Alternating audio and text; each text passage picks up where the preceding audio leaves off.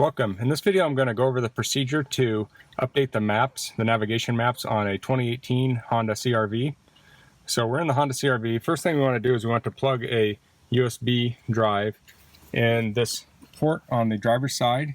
It's the one with the little phone icon on it. And we'll plug that in there. And then we'll start the vehicle and we'll go to the settings on the radio. Okay, I'll put a link in the description to these instructions too. You want to leave the car running the whole time.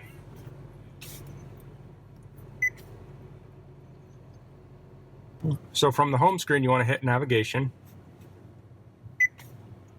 Then you want to hit settings. And then scroll down.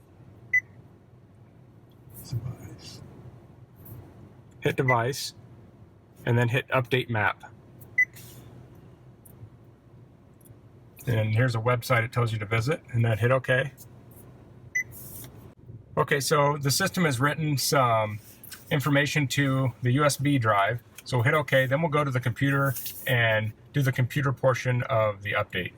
And according to the instructions, you want to leave this sit at least a minute after updating before you unplug it. Okay, so I'm at my computer now and I have the USB drive plugged in. I want to go to the website I linked in the description. I want to go down here to download Garmin Express. I'll click on that. It will download. I'll open it up and I'll double click and install it.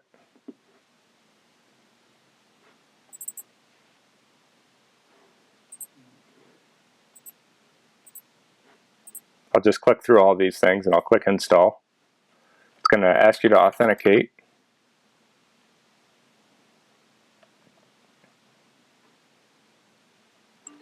And now it's going to open. We want to click Get Started. Okay, so when Garmin Express opens, you'll see here it says Garmin Navigator and it has your serial number. We'll hit Add Device. So it says you can register it. It says you can optionally register it. I'll just skip that here. I'll hit Next. It says you can add a nickname to this device to make it easier to identify when viewing the Garmin Express. I'll just hit Next here. It's going to check for updates. And it says Map Update is available. So I'll hit Install. I'll hit Accept. It says the download may take a few hours. You need an SD card or USB drive formatted with your vehicle's information to download the updates. After the download is finished, you must eject and unplug the SD card or USB drive and take it to your vehicle and install the updates manually. Do not unplug your device from the computer while updates are in progress. If you are ready to perform the download, continue to the next step. And I recorded this at 720p, so it may be hard to see here. There's the continue button at the bottom here. Now it's preparing the map update. So it says it's going to take 1 hour and 47 minutes. So I'll speed up the video on this. I'm not going to record all this, and I'll come back when it's done downloading. Okay, so that finished up. It says the software is up to date, and it says ready to install. Eject and unplug the SD card or USB drive from your computer, and then insert the SD card or USB drive in your vehicle's in-dash system to complete the installation. So I'll go do that. Before I do that, let's take a quick look inside that drive, just out of curiosity. So it says there's about 9 gig available, and this was a 16 gig drive, so it looks like probably around 7 gigabytes of stuff. So it has some device data, looks like an SQL database, and some other stuff. So yeah, it looks like the total's around 7 gigabytes. Actually, I can find that out here. It says, yeah, used is 7 gigabytes. So let's go to the car and we'll update the GPS. Okay, so I'm back in the vehicle and I want to make a little note here. I tried this SanDisk. It's a Extreme Pro 3.0 and I had some trouble with it. So I went over to using this Transcend micro card reader. And I'm just using a SanDisk micro SD card. It's 16 gigabytes. And I'll put a link in the description of this on Amazon if you want to buy one of those. So I'm going to stick it in the car, then we're going to start the car.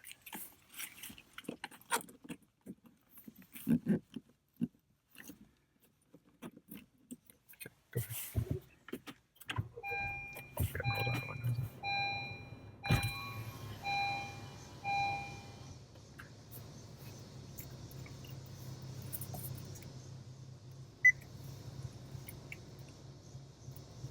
Okay, so we're to the main screen now. I'll hit home. I'll hit home.